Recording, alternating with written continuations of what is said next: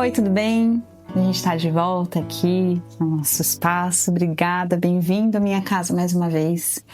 Na nossa última conversa, a gente começou uma série falando sobre Você é o que você ama, com base nesse livro aqui, do James K. Smith. Muito legal, que eu vou deixar de novo a descrição para você.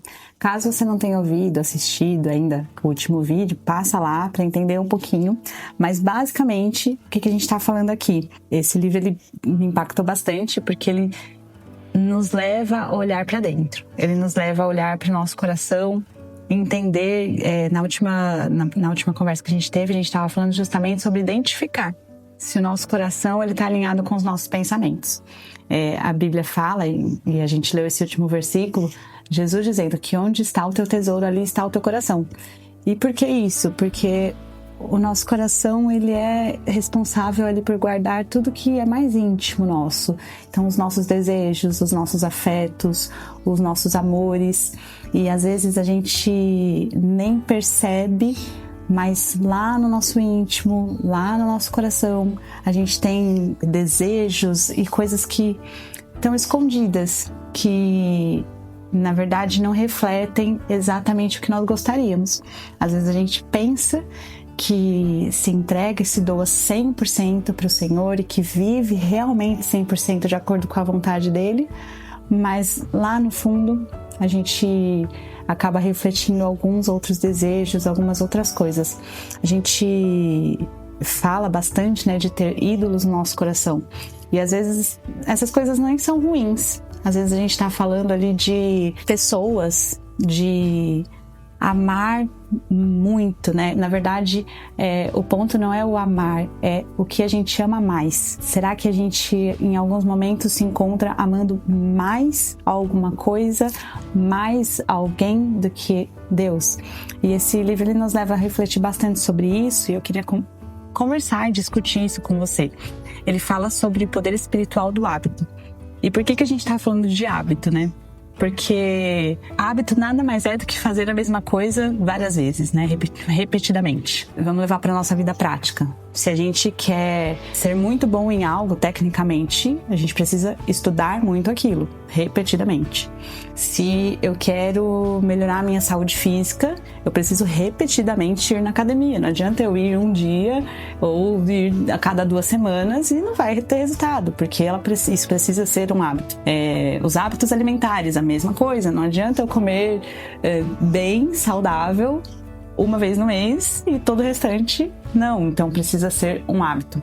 E a Bíblia ela também fala sobre isso, sobre prática. E eu vou ler um versículo com vocês, em Mateus 7:24 diz assim: Portanto, quem ouve essas minhas palavras e as pratica é como um homem prudente que construiu a sua casa sobre a rocha. Então não adianta você ouvir as palavras e não praticar. Assim como não adianta você conhecer a Deus, saber quem Ele é, e não desenvolver esse hábito de estar com Ele, de criar relacionamento e intimidade com Ele. Imagina um relacionamento pessoal. Se você, num casamento, por exemplo, não adianta dizer que eu amo meu marido se eu não passo tempo com ele. Não adianta dizer que eu o amo e não sentar para jantar todos os dias. Não que a gente não possa não jantar um dia, mas o relacionamento, ele é uma constância. O relacionamento, ele é o hábito de estar junto, é o hábito de praticar, de criar, de estar fazendo coisas juntos e tudo mais. Então, eu acho interessante, me despertou a compartilhar isso com você, porque os nossos hábitos são importantes. E às vezes a gente acha que só amar a Deus, ou conhecê-lo e decidir segui-lo, já é o suficiente.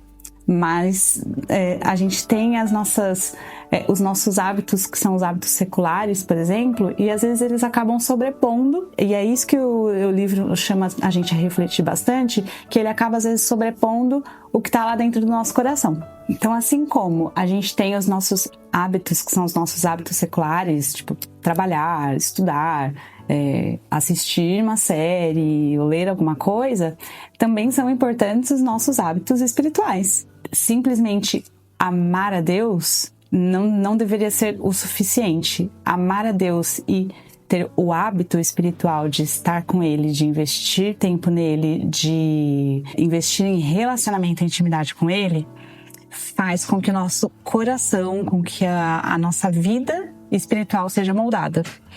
E aí a gente pode parar para pensar em uma coisa muito importante mesmo, que é o tempo. Aqui a gente está falando de você pode amar outras coisas, mas o que você ama mais? Quanto tempo a gente tem investido nas coisas e nos nossos hábitos para nos aproximar de Deus, e quanto tempo a gente tem investido nos nossos hábitos e nas nossas coisas que nos afastam de Deus.